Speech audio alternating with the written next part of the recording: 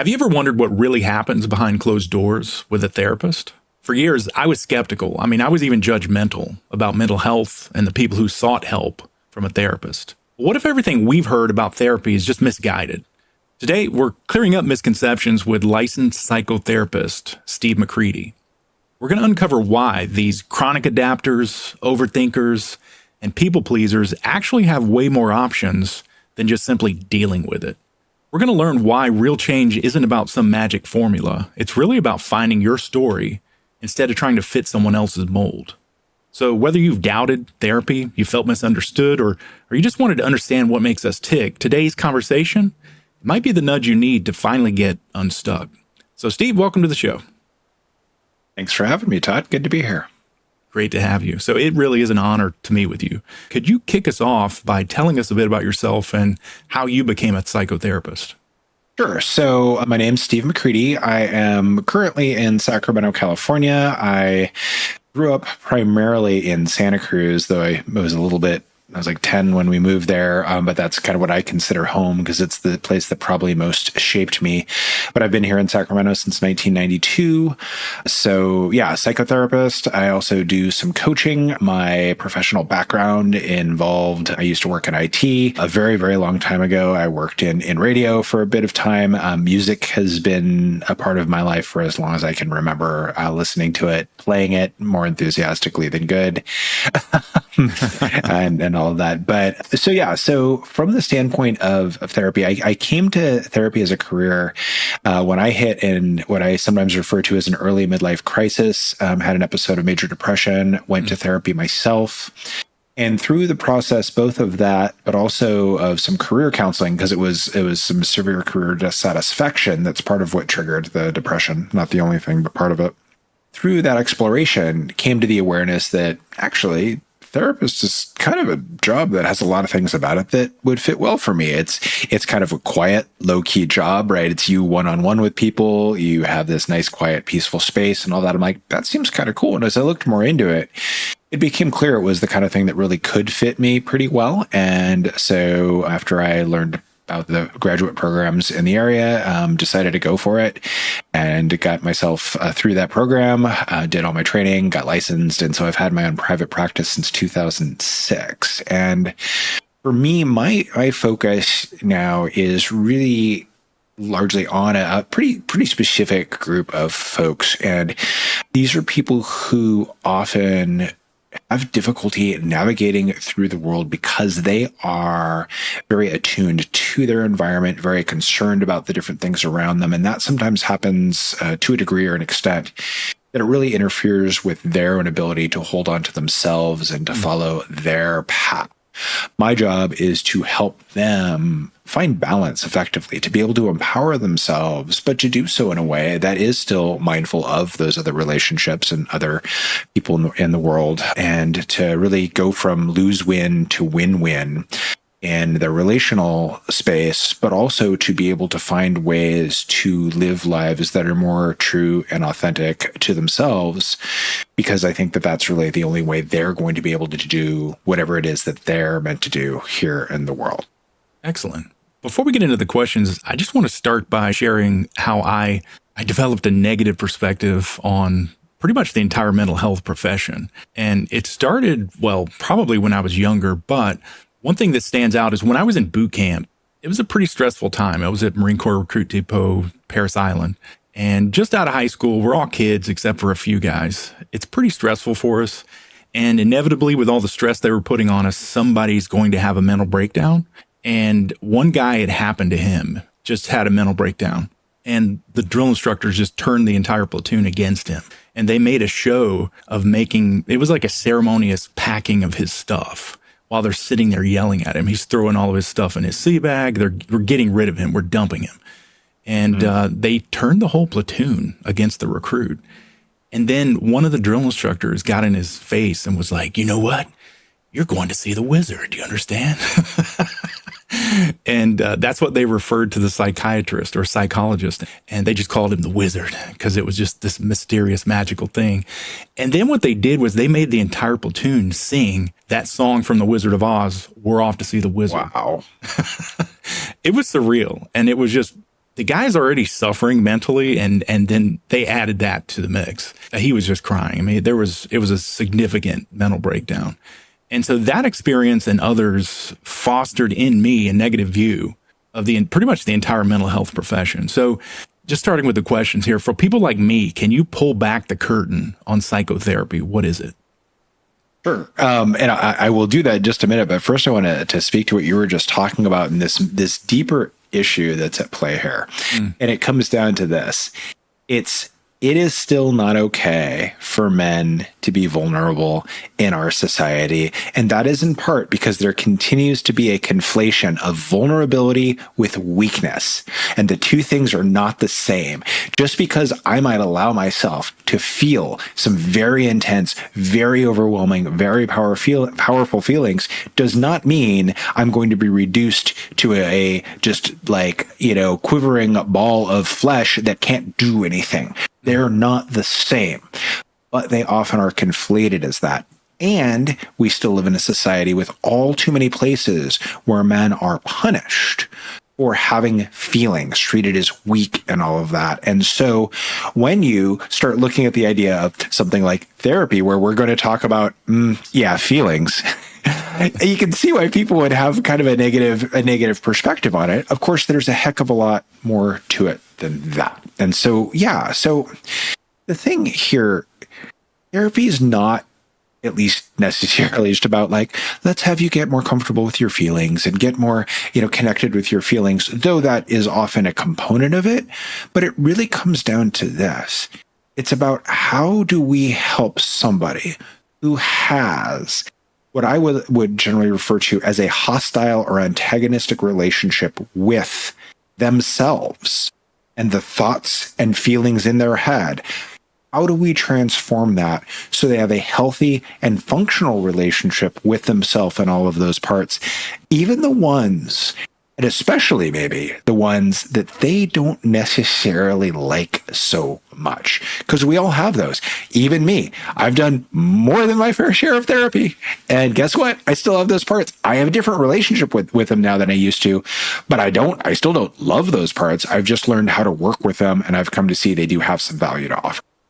Yeah, I mean, that resonates. I mean, I totally 100% agree with what you're saying, because I've spent much of my adult life hiding and not understanding that it's okay to talk about feelings. But in retrospect, I can look back and I can see some of the best leaders that I encountered in the military were people that were emotional and they shared their feelings, but you still respected them. I mean, people that had this command presence, but at the same time, they were personable and they could interact with you and they could share how they're feeling about things. That's, as a society, I agree. We've really caused men to suppress things. So, yeah. And I think the thing here is that it's about letting your feelings be what they're supposed to be, which is a very powerful and important source of information. Your feelings tell you about what matters to you, about your values, about where those things are being violated or pushed on or threatened. And there can be tremendous power in emotion. But unfortunately, when we're not taught how to deal with our emotions, and we live in a world that makes it way too easy to avoid, dodge, not feel, not experience our emotions, it's not always a thing that we've learned the nuanced skill of dealing with. And so that becomes problematic. But as you've said, when you see somebody who really understands the power of them and can embrace it, there's tremendous energy there that you can do some pretty impactful things with. Excellent. Yeah. I'm from the mountains of North Carolina, so we didn't talk about feelings. No. We just bottled it up until we exploded. Right. So yeah, I've seen a lot of that. But so how does psychotherapy compare to just counseling, regular therapy, or other forms of therapy? I'm speaking ignorantly here. Where does psychotherapy fit in the big scheme of things? So it's a good question, and a lot of this is just a matter of labels. There is, in some cases, certain legal elements like psychotherapy, and I can only speak to California as it relates to this stuff because that's the state that I'm licensed in. But psychotherapy is it's a legally protected term here. So anyone can call themselves a counselor. And the things around that are a little bit different, but like you can't call yourself a psychotherapist unless you hold specific licenses, and there's like 5 or 6 different psychotherapy licenses in California. You might be doing more or less the similar work, not necessarily to the same depth or other things, but at some level, any of these are about, right? Therapist is obviously a generic term. Like, are you a psychotherapist? Are you a massage therapist? Are you a physical therapist? Are you not giving? People use therapist as shorthand because it turns out that saying psychotherapist is kind of a mouthful. Like, I've been doing this for a very long time. And like people will say, what do you do? I'm like, I'm a psychotherapist. And half the time it like comes out of my mouth muddily. Like, right. Not like I don't know what I do. It's just a hard word to say. So it's a lot of times it's like, I'm just a therapist. And nowadays, therapy has at least become a lot more normalized. And so therapists, when somebody hears therapist, a lot of people just assume like psychotherapist. So they're all basically people who are helping people in some way, shape, or form around issues of psychological stuff, so stuff in their head, or aspects of navigating life in the world and relationships.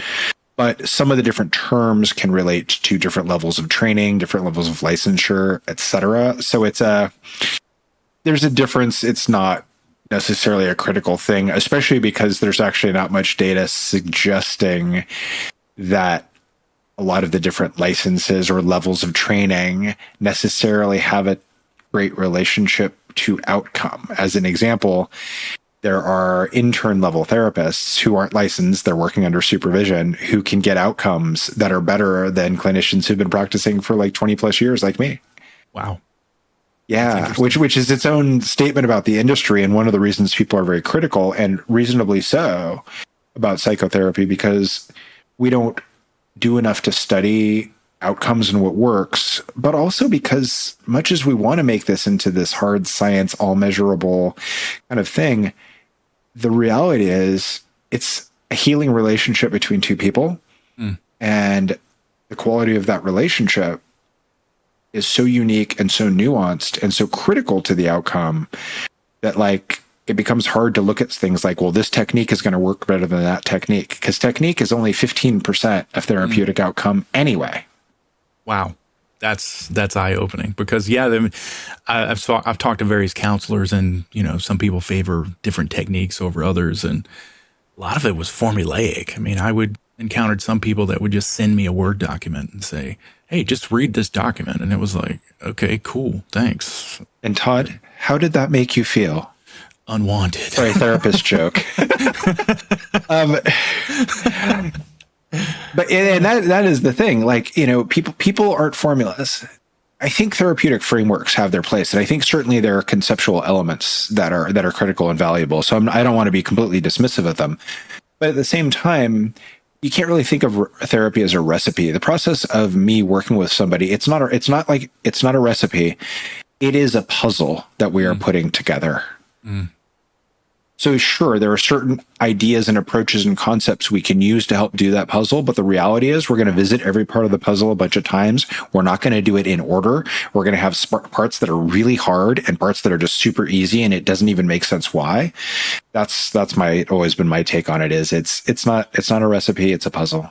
Yeah, and I'm guessing you have to visit things many times before people go, oh, yeah, I get it now.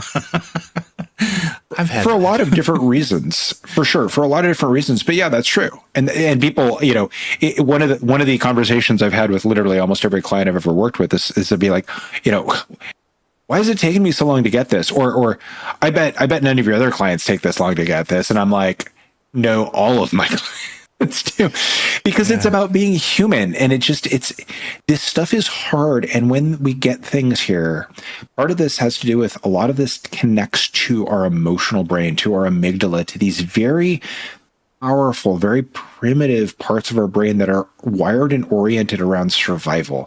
And so that stuff can be very, very sticky in our brains. It does not let go easily. It takes work and practice, because you are basically retraining yourself, and in the process, often dismissing behaviors and things that your brain, at one point, they probably were a survival mechanism, to be fair, but your brain still thinks are. And so part of your brain thinks you're basically telling it to like do the equivalent of, you want me to jump out of this plane without a parachute? Right? No wonder that brain's like, no. Yeah, no thanks. Yeah. I don't want to do that. So yeah. Now, what's the difference between therapy and coaching? You do both. Yeah. Yeah. So that is a good and distinctive question. So coaching, and this is, I mean, coaching is a whole other thing, but so therapy is, again, legally regulated, right? And every different state has licensing requirements and such. And very specifically, one of the things that comes into it is we are treating people with diagnosable mental health disorders. And that's its own kind of can of worms. I won't get into that particular topic because we could literally spend an hour talking about diagnosis and all of that. But suffice it to say, so this is somebody who is suffering from depression or suffering from obsessive compulsive disorder. Coaching is not the appropriate thing for them. And a coach who treated them for that would be doing therapy without a license, which is, legal issues because you're basically, it's like a doctor practicing without a license, same thing. Out of the back of coaching, a van. Right. So coaching is typically more, it can be related issues, right? You might be helping someone to be more focused, to be more productive, to be more motivated, but you're working with someone who's coming from more of a, I'll say a a baseline that is not necessarily a case where they'd be able to be diagnosed with something. So it might be just someone who's like, yeah, I'm kind of scattered and overwhelmed or stressed out and I don't know how to manage it. Now there's cases where that can overlap. I have people in my therapy practice who they don't have, I would have a hard time diagnosing them with anything.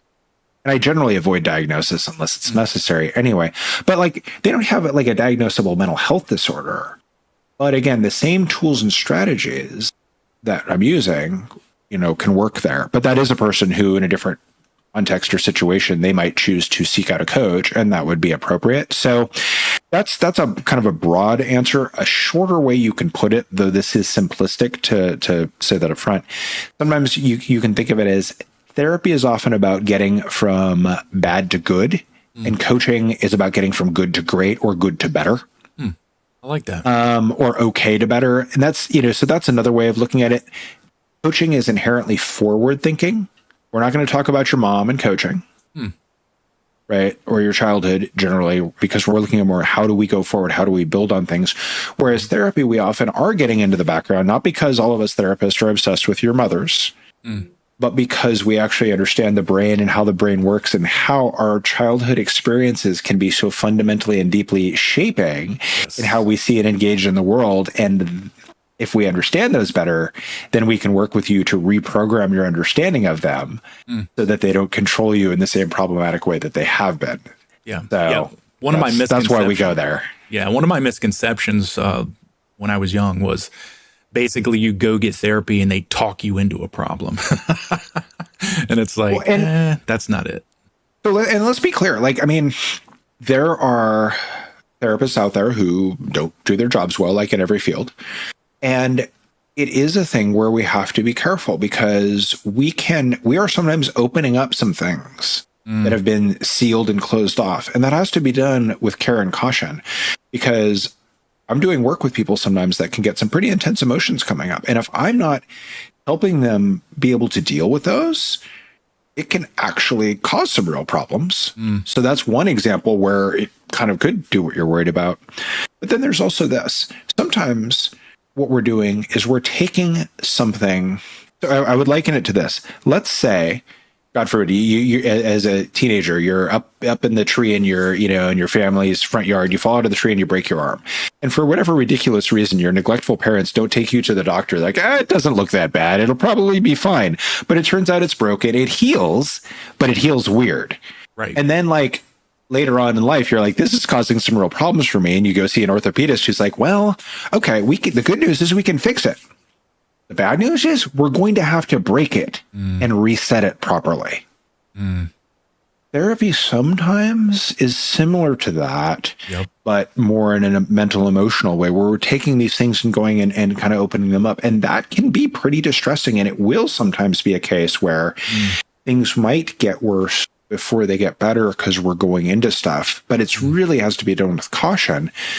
Slowly, deliberately giving people things to use to help soothe themselves as they're going through it.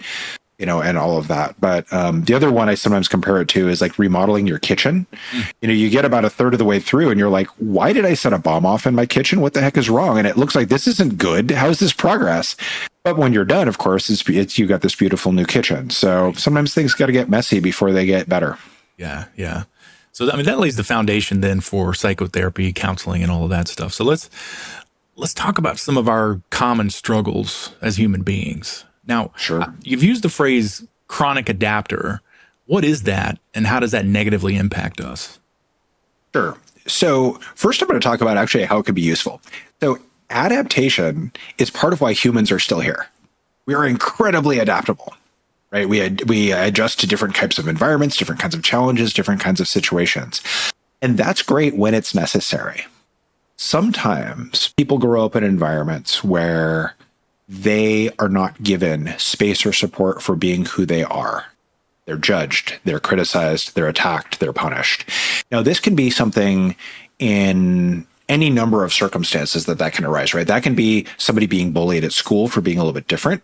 That can be a home where someone is just having normal kid wants and needs, but because their parents are narcissists, they're not allowing space for it. Or because their parents are caught up in their own stuff and their own drama, there's not space for it. So sometimes we learn to adapt as a way of getting by, and we get good at it. Now, it also has this side effect. When you're really adaptable and flexible, it will get you compliments and praise if you do it right. You're so strong. It's so great how you adjust to all of these difficulties and challenges and just kind of go through with them.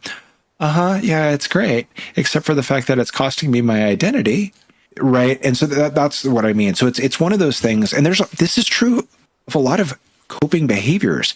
It's not like they don't have an upside, right? People are generally not just like hitting their heads against a wall, right? Because that is just inherently bad and painful. People do things because there's some real or perceived benefit. And in a lot of behaviors, like this is like people pleasing is another great example. Yep. If you do it in the right environment, it'll get you a lot of positive attention. If you do it in a work environment, I mean, I used to joke that basically, like, when I was in IT, I worked in a couple law firms, and literally all the paralegals and legal secretaries, they were all people pleasers, and it made them very good at their jobs until they burned out. Yeah, I can see that. Right. And so any of those forms of adaptation, again, they have an upside, but they have this downside called they're not sustainable, and they take your identity. Right. You become a doormat. You become a doormat, and you don't even know like who you are anymore. In some cases, because you're so busy being whatever you think you need to be to manage the environment, right? It's like a chameleon that forgets what its natural color is, essentially. That's the word right when you said it, I was thinking chameleon. So yeah. Chronic adapter. So that can have a negative impact. But Sure. So for me, I'm an overthinker, and I'm a huge self-criticizer. I'm always just torturing myself. Why do we do that, and why can't we stop doing it? So let's see. So we'll tackle the self-criticism first. I think there's a couple of things that go into that. One, and I want to say this, like, because I probably won't hit it on every thing we talk about today. Very few of these things have a single solitary origin. A lot of them have, I like to think of it as layers.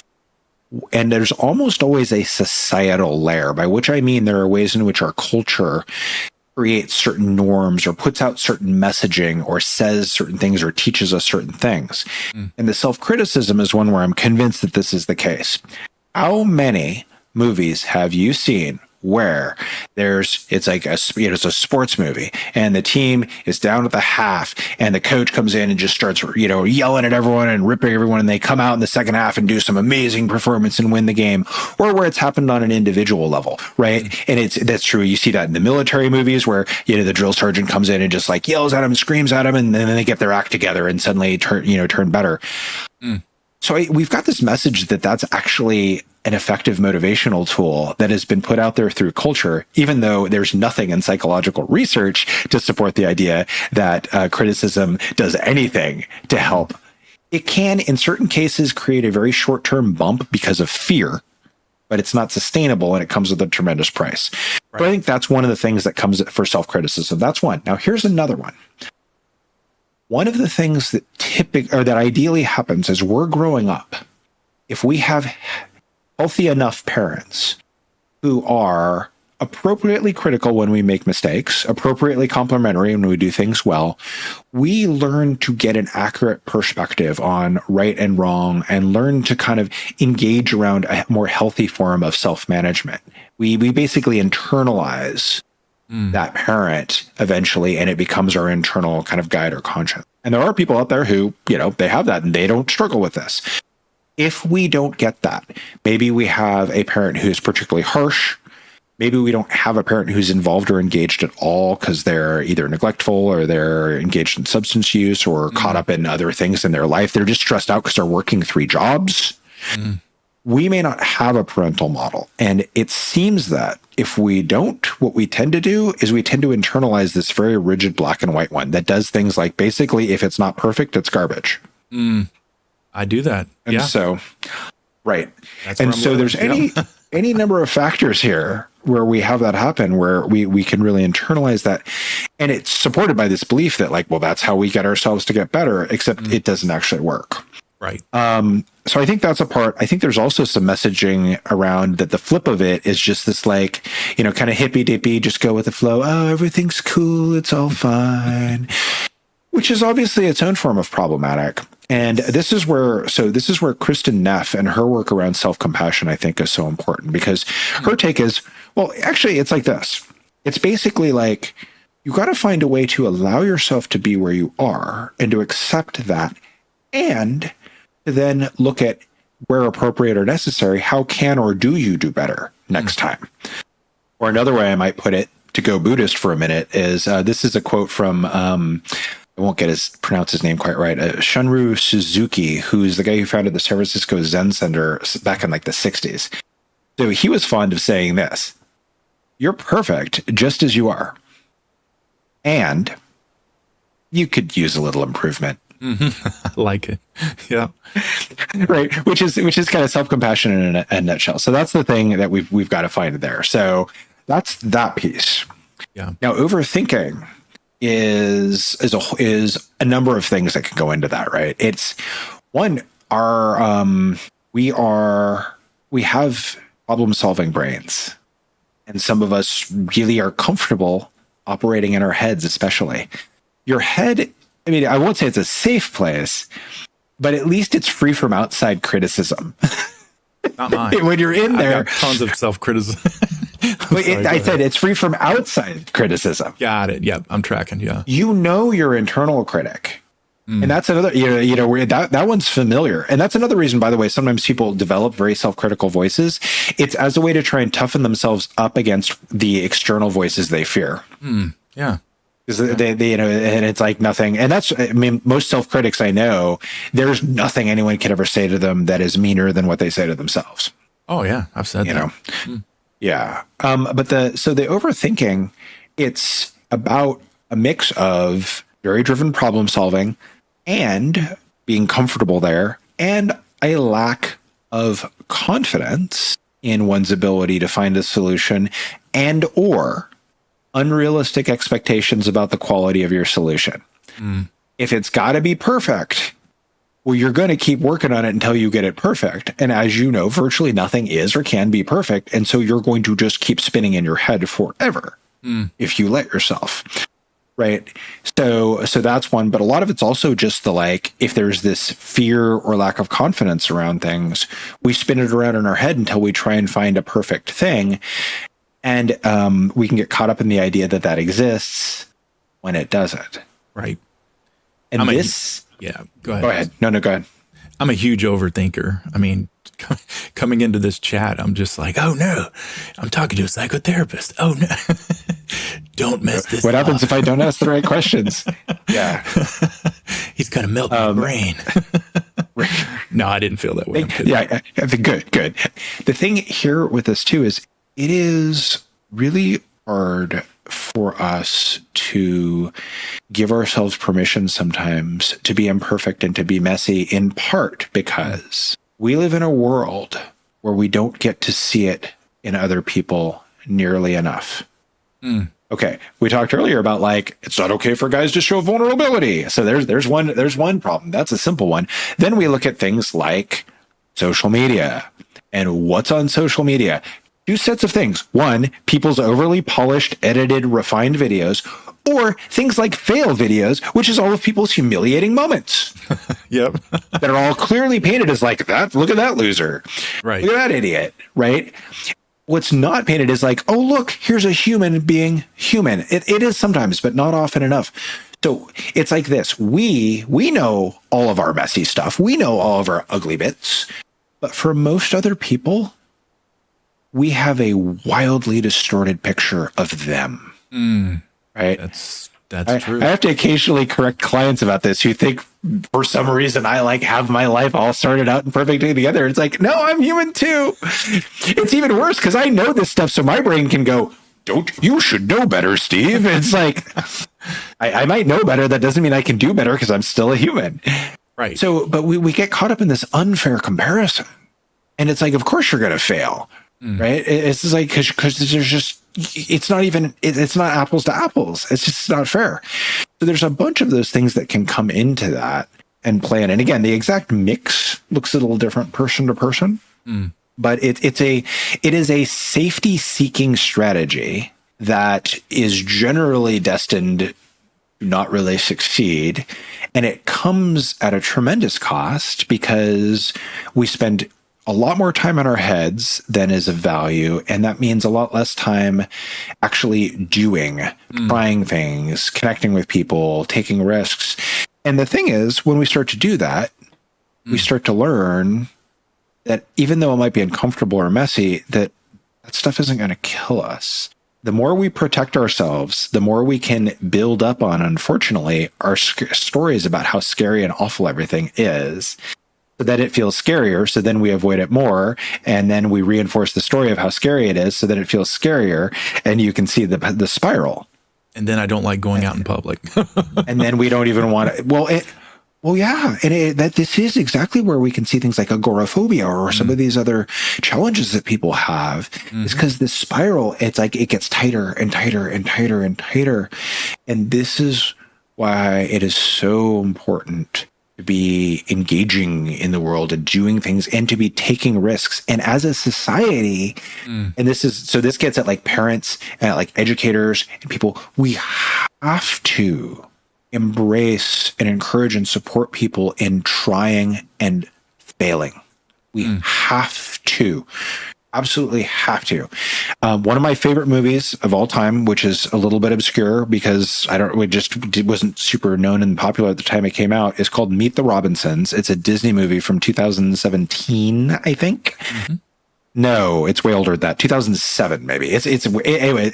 I won't get the year right. It's called Meet the Robinsons. It's an animated film, and the point about it is this: it has great messages about failure. It takes our traditional views about failure and about mistakes, and it turns it all on its head, and it does it in a really good way. And the cool part is it's actually something that was derived from some of Walt Disney's beliefs and values, which I think is cool too. So that's a neat thing. But it's one of those movies I'm like, everyone needs to see this movie. And this is like, because the message is so transformative if you internalize it. Mistakes aren't the problem. Making them repeatedly can be a problem. Making certain types of mistakes, of course, can be a problem. But by and large, mistakes, if worked with properly, are actually an essential ingredient in the path to success and greatness. The messy, ugly, long, tedious, challenging path. Yeah. But it's still the path. Yeah. I recently read a book called Inner Excellence, and he pointed out in there, he's like, there's no failure. There's just feedback. Maybe you won. Maybe that wasn't the best thing for you. Maybe losing was the best thing for you so you could learn. So that was instructive for me. That helps for me as an overthinker and self-criticizer. So that's really helpful. I think that can be a tremendous framing as long as you give yourself space to feel the disappointment, the embarrassment, the frustration, the whatever.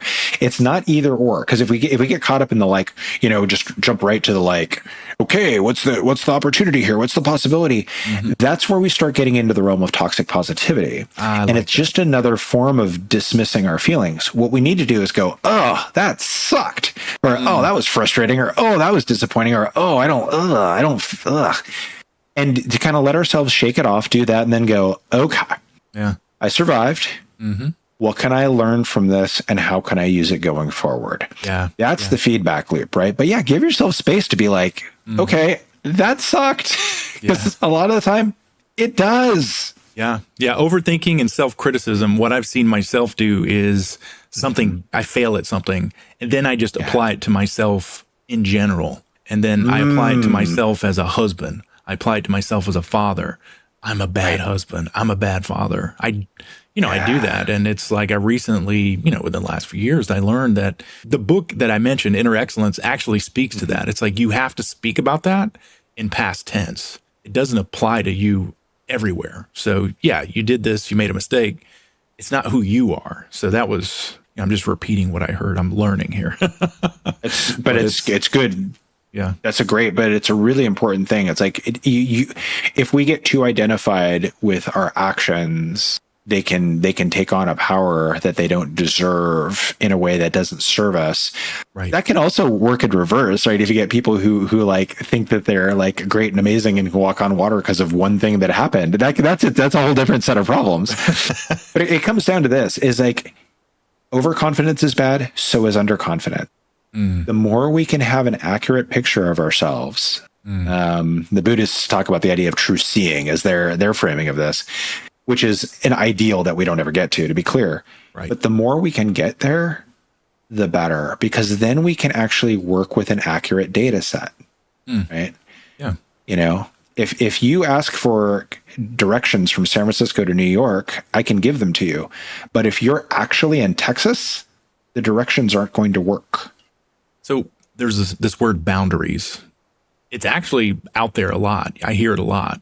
What are boundaries and how do they help us? I like Brene Brown's definition of this. Her thing is boundaries are basically a clear articulation of what's okay and what's not okay. That's it, right? Mm-hmm. But we use boundaries as a way of essentially navigating the intersection of our lives with other people's lives, is the way that I put it, right? So a boundary can be internal about ourselves, and I do this thing or I don't do this thing. It can also be that, right? But it can also be, I'm not going to let people speak to me this way, or I'm not going to, do this with these people, or any number of things. So it can be internal or external, but it's really basically about how we manage the spaces so we can be relational with people. Because if our boundaries are too rigid and too harsh, then no one can connect with us. But if our boundaries are too loose, we get walked on. Yes. And people pleasers. You're just allowing it to happen. They scheduled a meeting at 6 p.m. on Friday, something like that. Mm-hmm. and right. you exactly. just go to the meeting grumbling about it. Don't go to That's the a great example. Yeah. So. Yeah, it's like if you've got a thing going on, or if you're not willing to just be like, I'm sorry, I'm not able to go to meetings after 5 o'clock on Fridays. That's a boundary, right? As an example, or any number of other things. I'm not going to be around people who are doing this thing. Okay, that's a boundary. The key, and this is a place where a lot of people get the management of boundaries wrong, is we've got to really be mindful of what part of the boundary we can enforce, and we need to set boundaries that we can actually enforce. Like, I can't stop you from doing whatever you're doing. I mean, I could, but I'd have to get physical, and that's weird and not okay. Right. But what I can do is I cannot be around for it. Yeah. Right. Yep. Right. I can't be like, you can't yell at me. I mean, you can yell at me. I can't really stop you. I can say, if you're going to keep yelling, if you're not going to lower your voice, I'm not going to be able to continue this conversation. I'm not, I'm not willing to talk to someone who's yelling at me. So if you're not able to lower your voice, I'm going to have to end this call. You can keep yelling all you want. I just won't be there to yell at. Right. I'm out. I've got a funny boundary that my boss set with me one time. It was, I don't know, 10, 15 years ago. I called him at 3 o'clock on a Friday, and I just talking about a customer problem or whatever. And we were all remote workers. He lived up in Maine. I'm talking about the problem. I'm like, talking through it. Hey, I want to do this. Da, da, da, da. And he just stops me and goes, Todd, I'm 3 beers in. So okay, let's pick this up Monday. I was like, that is a boundary. I'm like, that is so awesome. Yes. Okay. I'll talk to you Monday. Right. And a place where people pleasers often struggle talking about that is they assume other people's boundaries and respect them without having even verified that they exist. Ooh. So here I'll this happened, like a client who will say something to me. They'll be like, "Well, I was gonna send you an email, but I didn't want to pester you." Which I appreciate that they're trying to be considerate. Mm-hmm. But the thing I will tell my clients is like, one of my jobs actually is managing the boundaries in this relationship. Your job is to ask for what you feel like you want or need. If it is crossing a boundary, I'll manage that. I'll do it gently. I won't be mad at you. We'll sort it out. Yeah. But like, I don't, I can close my email app. I don't care. I tell you, like, you can call me, you can text me, you can email me, because I can manage my boundaries. If I'm not in a position where I'm ready to engage with it, I won't see it. Love it. So that, you don't have to worry about it. But a lot of the time, that's what people pleasers do. Well, I didn't want to bother you. Well, I didn't want to be a pest. Well, I didn't want to be this and whatever. And they're the ones who ask me, like, is it okay to ask for, whatever thing? Which I can relate to, because I've been there a lot myself. I am big time recovering people pleaser, to be clear. Right. And I always say this: if you can accept no, you can ask for whatever you want. There's a whole thing out there. There's this guy who he built this whole concept, this thing called rejection therapy, and he did this year-long experiment. It was a year long, where every day he went out with a specific objective of getting rejected. So he would go out and ask, do ridiculous things. Although one of them is great. Like the most, I think it's probably the most famous of his experiments. He goes to Krispy Kreme donuts one day, and he goes, "Could I get donuts all put together, like in the shape and colors of the Olympic rings?" And the person was like, "Hold on a minute." Goes back, talks to the manager. The manager's like, "Yeah, when do you need them?" He's like, "Could you do it now?" He's like, "Yeah, that's fine." And they did. Oh, wow. Okay. He was like, what? Because he fully expected they'd just be like, "Yeah, no, sorry, we can't do that. You can arrange it yourself." So like that was the big takeaway. He was like, He'd have these cases where he'd try to get rejected and he would fail at getting rejected. He asked a cop if he could drive his car, and the cop let him. What? Like, I mean, it was just exactly. So the book is called Rejection Proof, is the name of the book. Word. It is like it, but it's such a thing of understanding, like how people, we make our world so much smaller than they need to be. Yeah. Right. Wow. And that, if we're willing to ask, there's a lot more possibility out there. But I've seen this with people who are, afraid to do things as simple as like return an item to a store. And so the thing I would do with people is I'd be like, well, here's what we're going to do. I want you to go to Target. I want you to buy something boxed or packaged, whatever, small. Go buy it, put it in your trunk, and then I want you the next day to go back to Target and return it. Boom. And they're like, what? What? They're insane. Like, it seems weird. It's like, until you realize what it does is it's going to bring up their anxiety about getting rejected or about getting judged or getting criticized. But all, of course, that's happened is the Target person's just going to be like, yeah, whatever. Yeah. No big deal. And that's the thing. We need to have the experience of this thing being not the big deal. That's how we disrupt the story in our heads. Like we think it's going to be awful, but then we experience it and we're like, oh, yeah, no big deal. Yeah. I've heard about Stoic meditation practices where I've actually done it, where you practice negative visualizations. You imagine the worst thing that can happen, and it helps.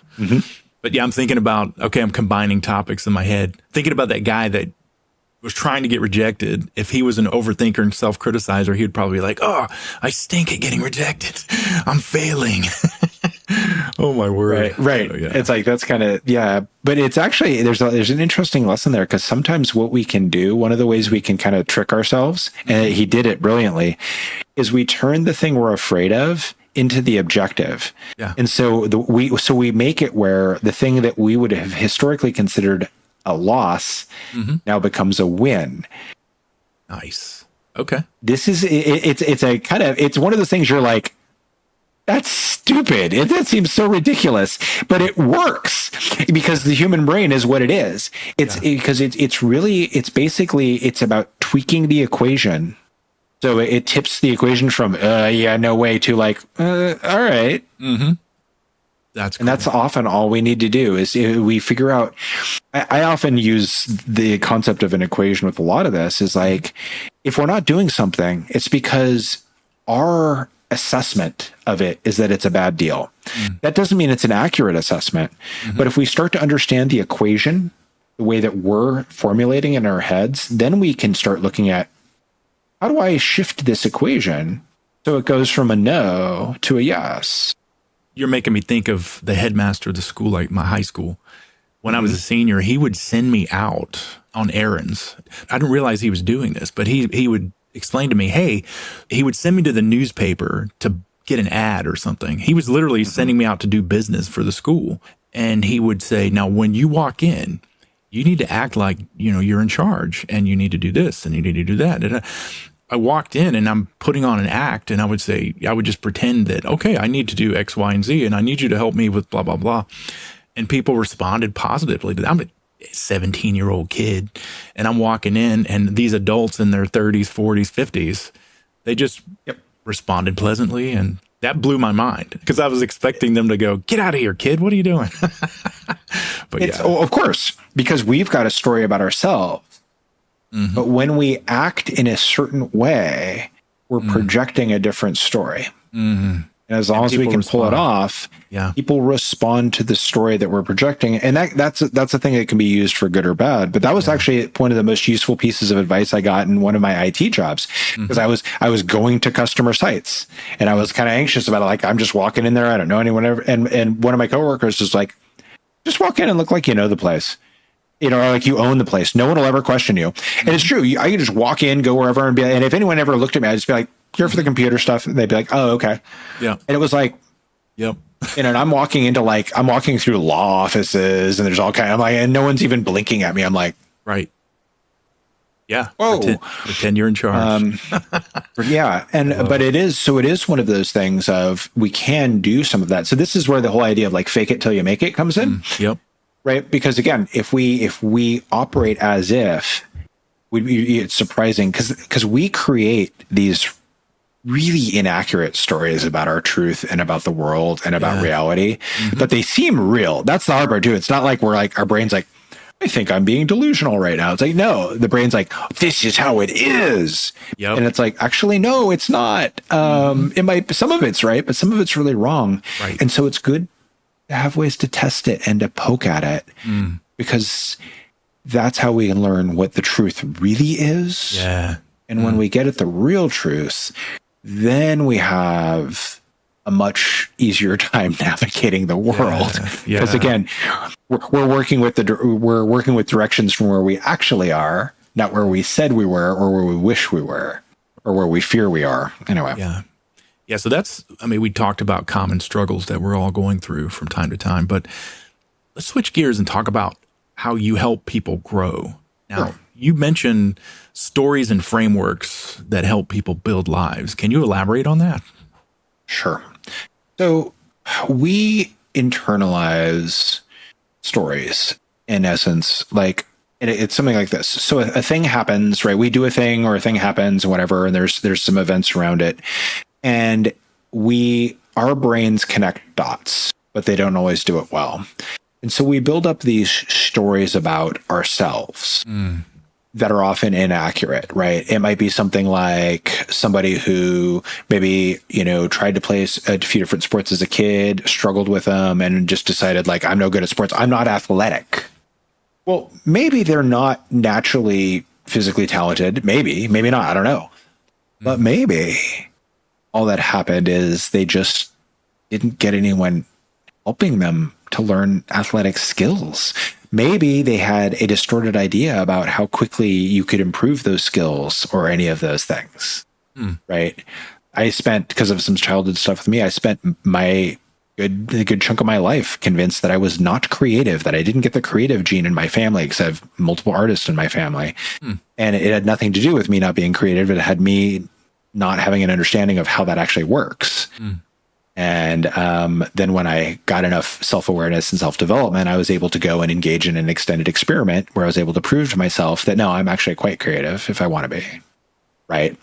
So that's one thing. And part of my work is helping people see the distorted stories that they have. Now, often these are stories that help them or serve them in some point. Again, to be clear, it's not like these are, just random things. They were helpful at some point, and now they're not. And so my job is often to help people figure out what are these stories? Where did they come from? How are they inaccurate? And then writing a new story that is more accurate. Because again, it's not like the story is, I'm a great artist. Like, no, because you're not magically a great artist because you say you are. You could say, right, let's go back to this kid, it's like, he could say, I haven't had the support, the practice, or the training to develop my athletic skills yet, but if I'm willing to practice and get some help and support, I can get better. That's a workable story because it's true. Yeah, I like that. Yeah. It's not a flashy story, but it's a workable story, right? And this is if you're familiar at all with Carol Dweck and her work around mindset, this is growth versus fixed mindset, right? Fixed mindset is I'm not athletic. Growth mindset is I don't have athletic skills now, but I could build them if I did the work. So I think that a big part of it is helping people see that and shift that. Now, for me, I like frameworks versus recipes. Part of that is because I'm just somebody who doesn't like things being too rigid, I think.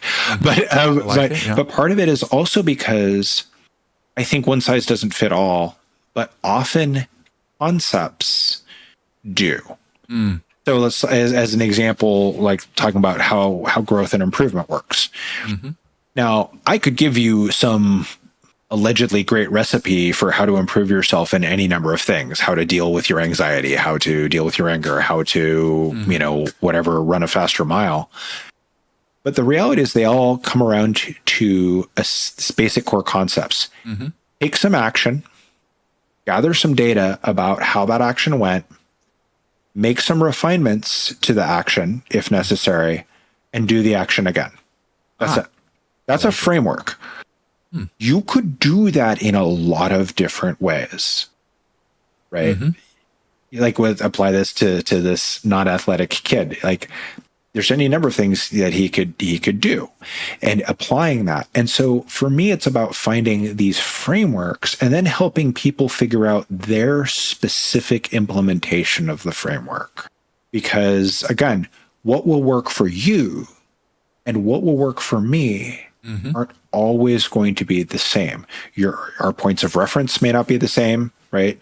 North Carolina, California, or we're of a similar age, so we at least get certain generational references, right? But geographic ones might not, right? So and so I try and find these things that are really getting to the bare bones of what are the components that support a certain thing, and then helping people figure out what's their particular expression or implementation of that.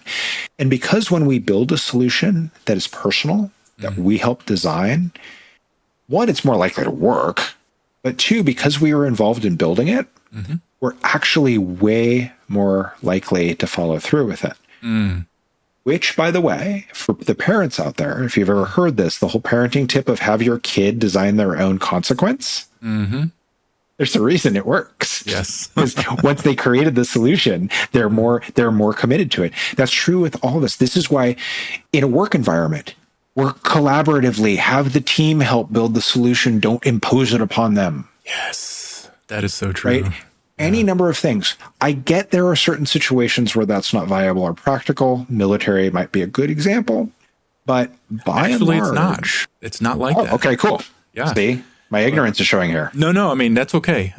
Because that's one thing I like to point out. One of the most intellectually free organizations that I was ever a part of was the Marine Corps.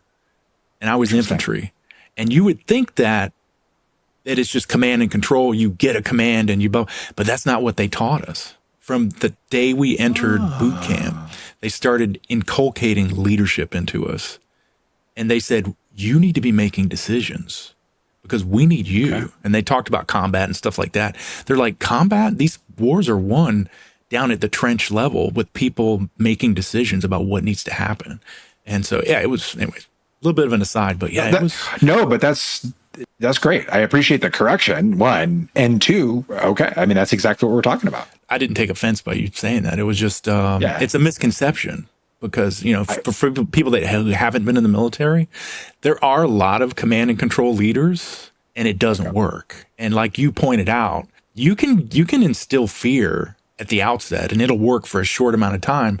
But in the military, especially if you're in a combat zone, if you're a leader and you're trying to do it that way, try and impose your will, you're going to get killed by your own people. It's just reality because they'll go along for a short time and then they're going to go, no, we're not doing this. I've seen it happen so many times. I mean, I was never in combat, but we did have instances where we had bad leaders and a boundary had to be set. I'll just put it that way. So I can imagine. But now, so you've alluded to this now. Can you elaborate? I mean, you talk about the inner work that has to be done. And what I'm gathering is people are responsible for owning that inner work outside of their therapy sessions. Can you elaborate on that? Sure. I can share with you my insights or observations about you and your behavior patterns or the actions that you're taking or the ways your thoughts are distorted or any of that. I can give you all that information in the world. But, and us overthinkers do like to do things like think that the answer is more information, which is another reason we get caught in overthinking. But we're also the same people who will read 10 books on a topic when one would have covered us fine. I do that. Yeah. Yeah. Saying I've been known to do it myself. It was a lot easier back before the internet when I could actually read every book on certain topics, you know, but that's neither here nor there. The thing, it comes down to this. It doesn't matter what I teach you, what information I share with you, or any of that. If you are not taking these things and putting them into action, your brain will not get rewired. Because that's what this is about. This is about, at some level, literally rewiring your brain. I'm not doing it. You're doing it yourself. But when you change how you engage with different situations, how you think about certain things, how you respond to certain things. When you do that consistently over time, your brain will literally rewire itself. It doesn't matter how old you are. So much for the old dog, new tricks thing. It can be harder when we're older. It's not necessarily as fast, and there's other things that can get in the way of it. But the point is, it can be, and it really comes down to this. Our brain is trying to be energy efficient because our brain uses a very disproportionate amount of the energy that our body uses. And so when it notices these things go together, it's like, cool, I'll make a shortcut. And it wires a shortcut. That's great, unless it's a bad habit, in which case it's not great, or unless it's a habit that serves us and then stops serving us, so it's no longer great. But if we stop using it, it will disconnect itself in time as a new one gets wired. But that process doesn't necessarily happen as rapidly when we're older as when we're younger. Right. But it's always true. But that's about repetition. It's the same thing of like, you know, if I give my daughter a hard time about this, like, you know, she go take her flute lesson. And then if she doesn't practice it, it's like, you're not going to really integrate what you learned if you don't practice it. Right. It's like the learning is such a actually small part of the work, which is really disappointing to me to discover. I'm good at learning, and it's nice and clean and easy, right? The doing is all messy. Info into my head, yeah. Absolutely. You need me to read 10 books? Okay, cool. What about tomorrow? You know, but the doing is obviously messier. But that is actually where the growth lies. But this, to touch back on stuff we've been talking about. Growth is messy, it's imperfect, it's bumpy, it's weird. And this is why it is so important that we are able to allow ourselves to be messy, clumsy, stumbling, imperfect human beings along the way. The process is messy. There's just no way around it.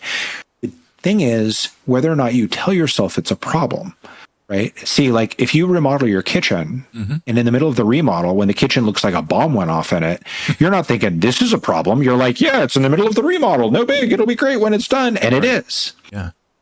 Story. Back to story. There's a story you have about the messiness of your kitchen in the middle of the remodel. An accurate story. Of course, it's got to get messier before it gets better. We build stories about being messy as humans that are wrong and they're awful because they get in the way.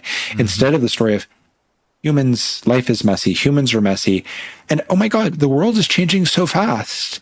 The world, like, I see this with my daughter, right? Because she's 15 and I'm 55. Like 40 years, a lot has changed. And we joke about it a lot, but it's like, so I try and both share things with her about like what life was like, but not from the standpoint of like thinking it has anything to do with today's reality. I try and be aware of and I try and understand her reality because it's incredibly different. Oh yeah. You know, and a lot of it's actually a lot harder. Yes. I mean, I'm super jealous of like music streaming because if I could have literally every song I wanted in something I could hold in my hand, I would have just sat in my bedroom listening to music 24/7 as a kid. Yep. Yep. You know, but other than that, I think it's a lot harder today. Yeah. But these kids don't know about the record store and thumbing through the albums, the vinyl. That was an experience. That was fun. Yeah. No, I used to spend like, there were like, when I was a teenager in Santa Cruz, there were 4 record stores in downtown Santa Cruz. And so I would like, I'd take the bus home from work and I'd have to go through downtown to do it. So I'd change buses, but I'd go and like spend like 2 hours, wander around, check out all that. Oh, it was amazing. Like, that was then. That's like, that doesn't exist anymore. We'd scrounge a little bit of money, enough to buy some music, and then it switched from vinyl to cassette tapes and all this stuff. And it was, that was an experience, but yeah, it was very expensive though. Now we can just stream it. So yeah, that's cool. Man, this was deep, man. I really appreciate this. This is edifying. So man, what an honor to talk to you, man. Yeah, let's wrap it up here. But how do people get in touch with you? Where can they find you? Sure. So simplest way is just go to my website, which is just my name. So that's stevemccready.com, and that's MCCREADY. So you can go there and you can connect to me via that. You can also, if you're someone who's on TikTok, I've been playing on TikTok a little bit lately. We'll see how it's currently in the experiment stage, but I'm posting some videos there. So that's another place you can catch me and whatnot. But if you want to connect with me directly, just go to my website. There's plenty of links. You can send me an email. I'm happy to answer any questions or, other stuff, or someone's, interested in looking at working together. You can set up a consult and just be happy to talk and explore and see if it makes sense. Yeah. Both counseling, therapy, and coaching.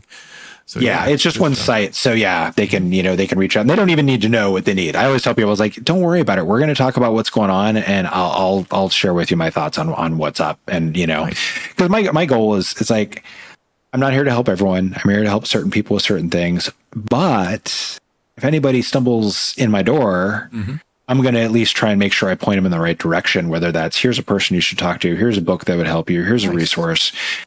Because, I mean, this life thing is hard. We all need a little help here and there, it's not much effort on my part to do it. So if I can help point people in the right direction, I'm happy to. Yeah, I like it, man. So here are my takeaways.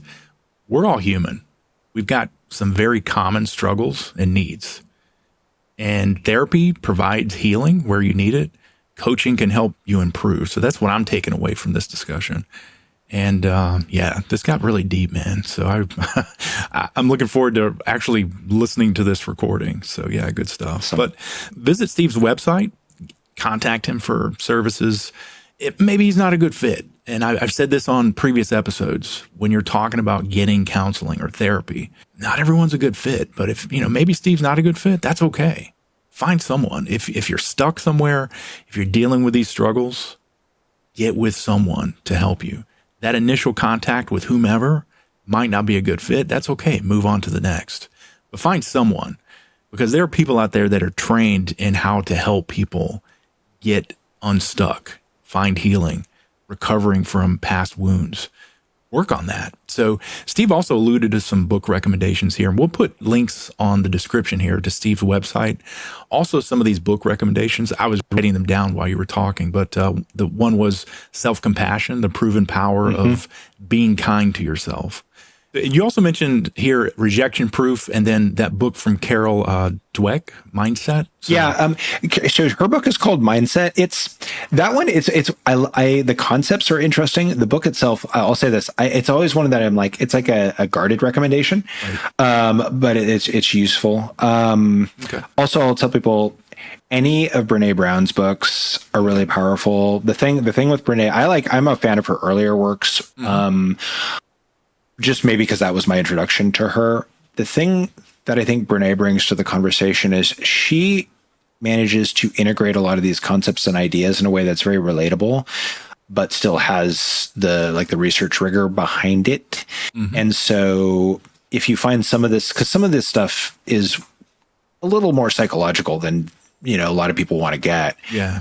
Her stuff is very accessible. And so from that standpoint, that's one reason I like it. Although I don't want to talk about it, the Terrence Real book, that is also very accessible. And it's a powerful read just in and of itself. But anyone who either has struggled with depression as a man or has been adjacent to somebody who's a man who struggled with it, that book will educate you. It'll speak to you.